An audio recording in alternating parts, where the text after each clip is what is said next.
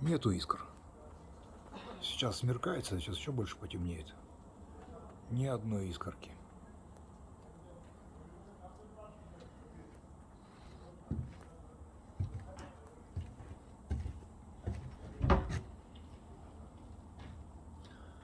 Хорошо горит, весело.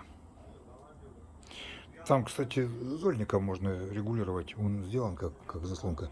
Ну, в принципе, здесь вокруг стекла, там специально сделано отверстие, чтобы стекло не копчилось, чтобы воздух заходил со всех сторон. Так, для сведения.